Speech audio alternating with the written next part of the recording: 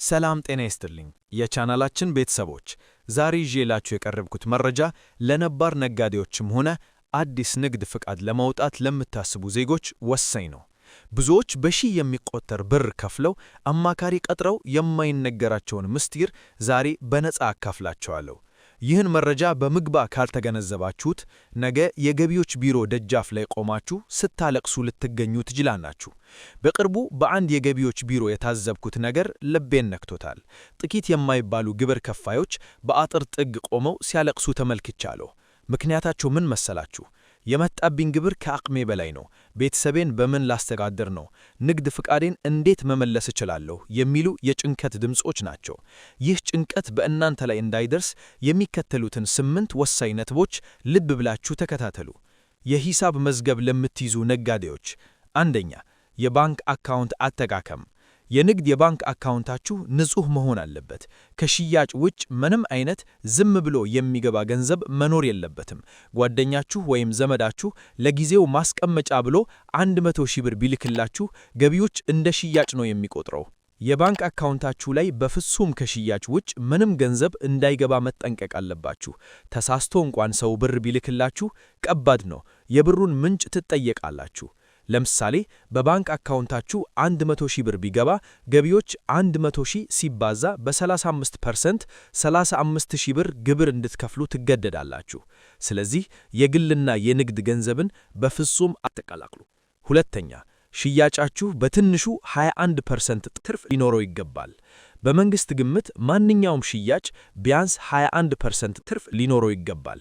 አንድን ዕቃ በ100 ብር ገዝታችሁ በ110 ብር ብትሸጡ ገቢዎች ለምን በ121 ብር አልሸጥክም በሚል በጎደለችው 11 ብር ላይ 35% ግብር ያስከፍላችኋል።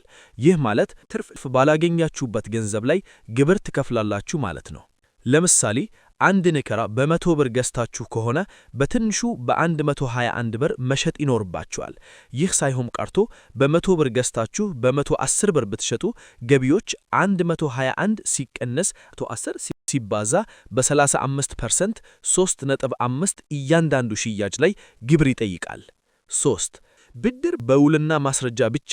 ከሰው ገንዘብ ስትበደሩ በቃላት ወይም በሰፈር ውል ብቻ አይሁን፣ ግዴታ በውልና ማስረጃ መስደቅ አለበት። ለምሳሌ 1 ሚሊዮን ብር በሰፈር ውል ተበድራችሁ አካውንታችሁ ውስጥ ቢገባ የ1 ሚሊዮን ብር ሲባዛ በ35% መንግስት እንደ ሽያጭ ገቢ ቆጥሮ 350,000 ብር ግብር ይጠይቃችኋል። 4 ዓመታዊ ሽያጭ ትርፍ። በኢትዮጵያ የንግድ ሕግ መክሰር ካሳ እንጂ ምህረት የለውም። ዓመታዊ ጠቅላላ ሽያጭ ላይ የሚጣለው ትንሹ ግብር 2.5% ነው። ድርጅታችሁ 2 ሚሊዮን ብር ሸጦ 100,000 ብር ቢከስር እንኳን ከመንግስት ግብር አታመልጡም። የ2 ሚሊዮን ሲባዛ በ2.5% 50,000 ብር ግብር መክፈል ግዴታቸው ነው።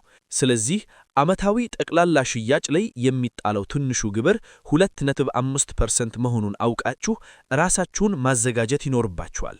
በኢትዮጵያ ንግድ ሕግ መክሰር ያስቀጣል።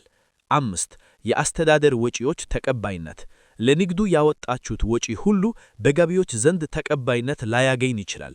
ኦዲተሮች ካወጣችሁት ወጪ ውስጥ እስከ 35% የሚሆነውን ለሥራው አያስፈልግም በሚል የመጣል ሥልጣን አላቸው።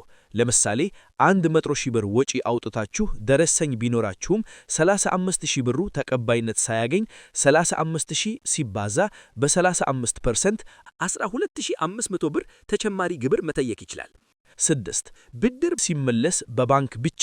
የተበደራችሁትን ገንዘብ ስትመልሱ በእጃችሁ ጥሬ ብር አትስቱ። ግዴታ በአበዳሪው ስም በባንክ መላክ አለበት። 600,000 ብር በካሽ ወይም በእጅ ብትመልሱ ገቢዎች እንደ ወጪ አይይዝላችሁም። ምሳሌ አንድ ነጋዴ ከቤተሰቡ ወይም ከወዳጆቹ 1 ሚሊዮን ተበድሮ ከሆነ እና በዓመቱ 600,000 ቢከፍል 600,000 በባንክ መሆን አለበት።